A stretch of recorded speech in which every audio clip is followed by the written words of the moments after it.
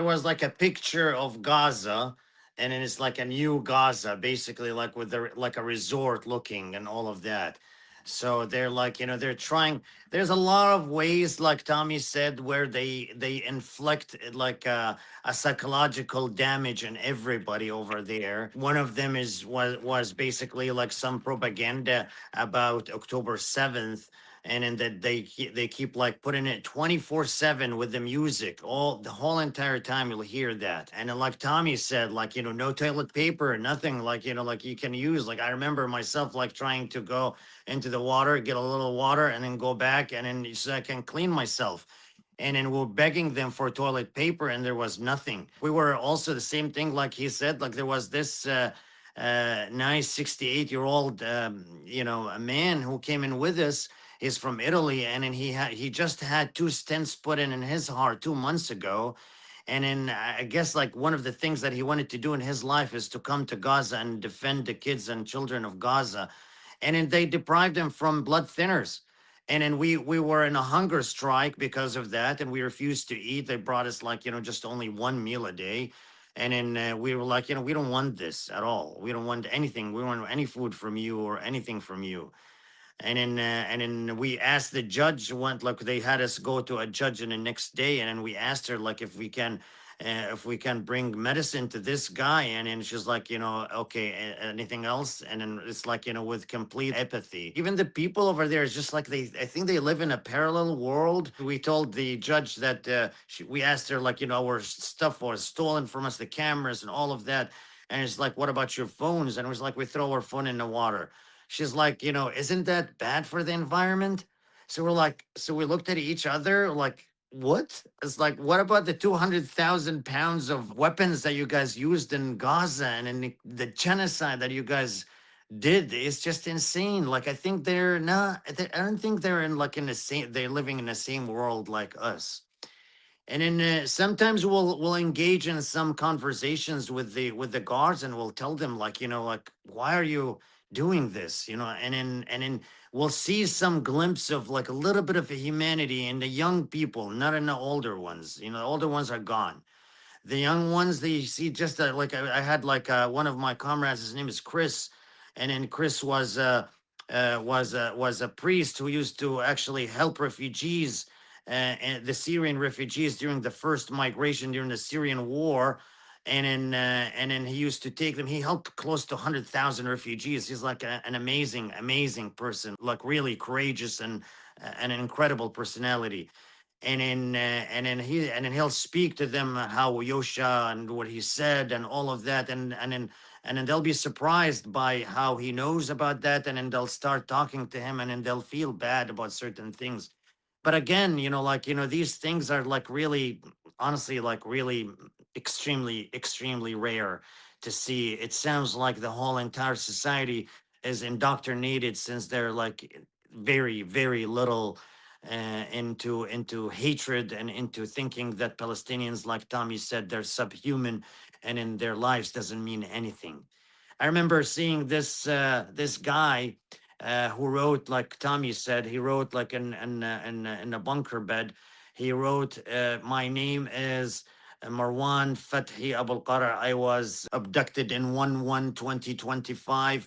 My son Asim was as a is a martyr, and then my son Fathi is also a martyr, and in this is my story." It's just very sad, very sad. The things that me and Tommy saw was like one of a million of whatever the Palestinians are seeing. You've seen the testimonials from the people who just left crying and said, please save the prisoners. They're in like extreme imminent threat of death. It's just very sad stories. Like me and Tommy, like we got beaten up a little bit here and there. They're getting their bones broken. Yeah. They're getting tortured every single day, like, like psychological torture. I remember, like, there's like they have in the speaker every single night like this sound of like, it sounds like a gunfire, like tat tat tat tat tat tat tat tat tat tat tat, and I'm like, what is that in the middle of the night? It's crazy. and it wake you up 10 times a night for like a head count for some like well, where are we going? Like we're not going anywhere, still the same number, but just like this trauma they have to expose you to. And in that, the sad thing, and it's not about me, it's not about Tommy, it's not about any of our comrades, it's about these poor Palestinians. They're just being annihilated, and then they're being subjected to all kinds of torture, rape, sexual, killing, and in like telling them that your family is dead. There's nothing in Gaza every single day, every single day, every day. It's just extremely bad. It's really bad. It's really bad. Like, the cage that they put us in when we first came in from that bus. We went down all disoriented from this cold sub-zero bus, and then we went into the cage, and they're all surrounding us like rabid wild dogs, and then cussing us and talking to us in Arabic sometimes, because I look Arabic, obviously. So starting talking to me in Arabic, and then harassing me and all of that, and in the minute they know somebody is like from a certain country. Oh my God. Oh my God. It's just like, like hell.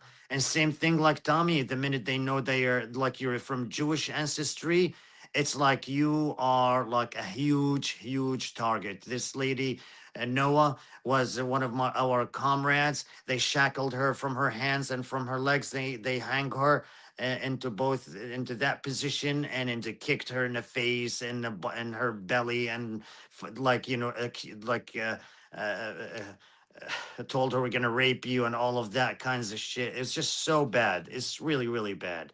And then the reason is simple, is because like the minute they lose control and their base, which is the Jewish people who indoctrinated since they're little, that's a big problem, a big threat to their existence, which is basically like, hey, we're Jewish people, we're supposed Yeah. we got discriminated against and all of that. What are you doing?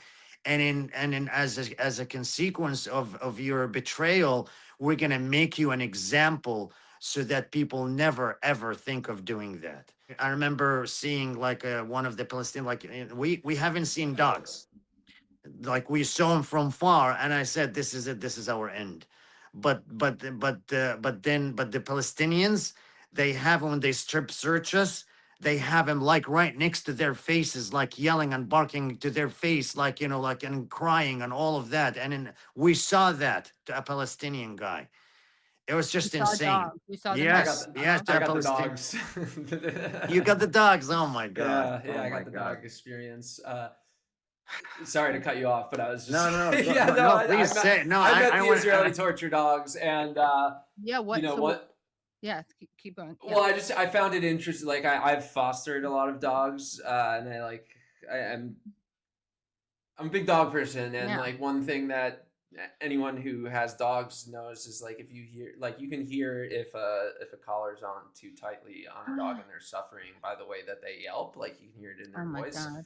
and like these poor dogs, like these dogs are trained to kill and stuff, but you could hear the way that they were barking at us, that they were also like That's so really being awful. tortured by Yeah. these heartless Israelis. And yeah, sorry, I feel like I'm one upping you or something, but Uh, they came into our cells once an hour with the dogs barking at us and saying, I was in also like a cell that I think was kind of like we were the people who didn't get let out at all, and I think they were trying to make a specific example, so maybe that wasn't with everyone, but yeah, they were putting the dogs in our faces and saying that they that's so were going to, awful. like, if we didn't comply, that they were going to, while also pointing 20 rifles at us, that if Yeah, we didn't comply, the dogs were being let out on yeah, us. So yeah. yeah.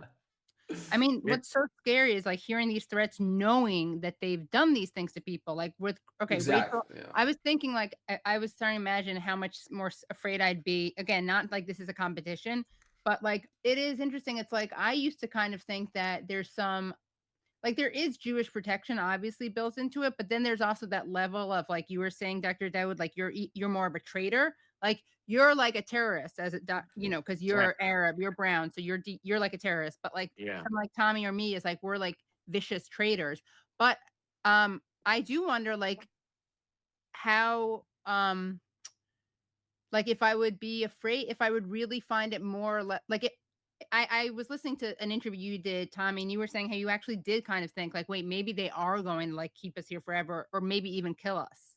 Um, Yeah, and I did. I used to think that was like I feel like one of my I've been an anti-Zionist for a while now, but I definitely used to think that like even knowing about the Hannibal Directive, like I think I just didn't see the extent to which they're like so okay with killing Jews, letting Yeah. Jews die or killing them like we know that they did on October 7th.